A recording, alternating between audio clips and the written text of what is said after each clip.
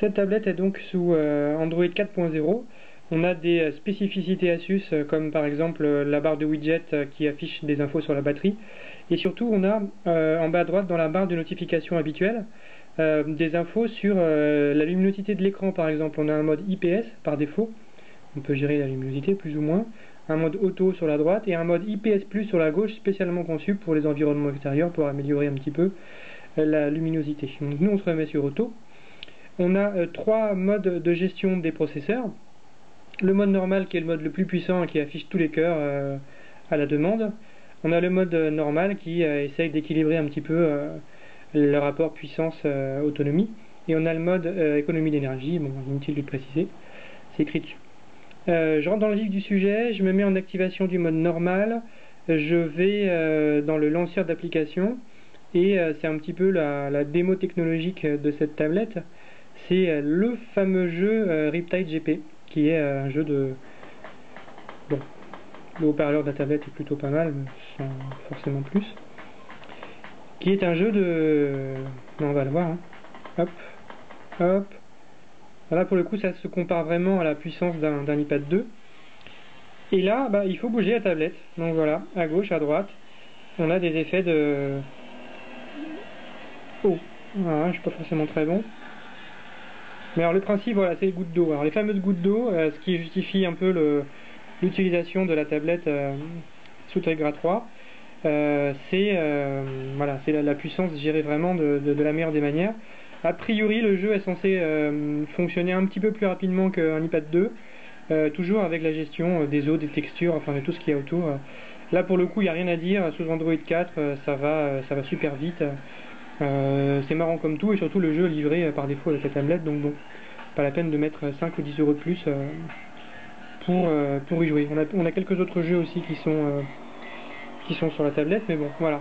Toc, je m'arrête, je lance le multitâche, je reviens dessus, j'ai le bouton Resume, et là encore une fois, c'est juste hyper fluide, quoi. C'est la gestion du multitâche Android 4 est une petite merveille.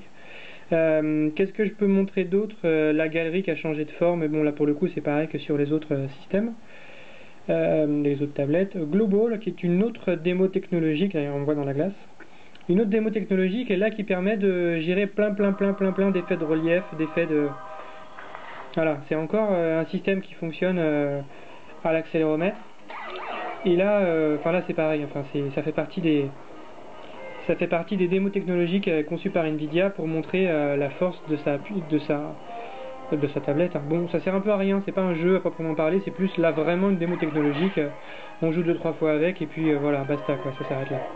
Vous voyez, c'est quand même vraiment super joli hein, pour le coup. Donc on attend que les éditeurs nous mettent de nouveaux jeux. Petit point sur le navigateur qui bénéficie aussi de la puissance de la tablette. Bon là par défaut on tombe sur mon blog donc rien de forcément hyper intéressant. Juste pour voir par contre la vitesse de défilement sur la droite, c'est pour moi aussi rapide qu'un iPad 2, pour d'autres un peu plus rapide. Je crois qu'il affiche plus vite les pages JavaScript. La dernière version d'Android 4 est compatible notamment via Adobe avec le Flash, donc ça c'est plutôt pas mal. On aura donc à la fois des vidéos HTML5 et Flash. Et si j'affiche une page qui est censée être gourmande en tout, en poids, en ressources, en tout ce qu'on veut, la page du monde par exemple, on va voir on est connecté en Wi-Fi, on le voit là sur la droite, hop. Donc si on met la page du monde mobile, ça va servir à rien, donc autant passer à la version web. On va voir la vitesse d'affichage temps réel de tout ça. En attendant, pour éviter de perdre notre temps, ici j'ai un câble USB. Ici j'ai un disque dur USB, je vais la relier sur la tablette à droite, voilà, sous le clavier comme je vous ai montré tout à l'heure, et on le laisse nous afficher les petites infos en bas à droite. Le disque est auto-alimenté et si tout va bien, on pourra jouer avec tout à l'heure. Bon, je retourne sur la page du monde qui s'est chargée rapidement, et là on voit que voilà, pour le coup c'est hyper rapide. On peut zoomer, dézoomer, enfin là je n'apprends rien à personne. La tablette va vite, point barre quoi. Bon, je retourne sur la page d'accueil, je retourne sur la gestion de multitâches. Je peux toujours retourner dans mes petits logiciels, je peux retourner sur le jeu de tout à l'heure, et c'est reparti pour un tour. c'est toujours aussi fluide, toujours aussi agréable à jouer. Et enfin, je retourne dans la barre de notification. Et justement, donc voilà, la particularité de la tablette, c'est qu'elle est livrée avec un dock donc, qui intègre une prise USB haute. Donc là, on peut brancher les clés USB, on peut brancher un disque dur. Tous les modèles ne sont pas forcément reconnus, mais le nôtre, par exemple, est reconnu de la meilleure des façons. Et enfin, pour les plus sceptiques, on voit que, à propos de la tablette, qu'on est bien sous Android 4.03 avec la Transformer Prime TF201. Donc voilà grosso modo dans les grandes lignes les logiciels qui sont intégrés. Peut-être juste une petite parenthèse, les petits logiciels Asus en plus, hein, qui sont les mêmes que sur Honeycomb et qui permettent notamment de gérer sur le cloud ces fichiers ou d'accéder à distance à ces fichiers multimédia. Donc voilà pour la tablette Transformer Prime que nous vous conseillons fortement.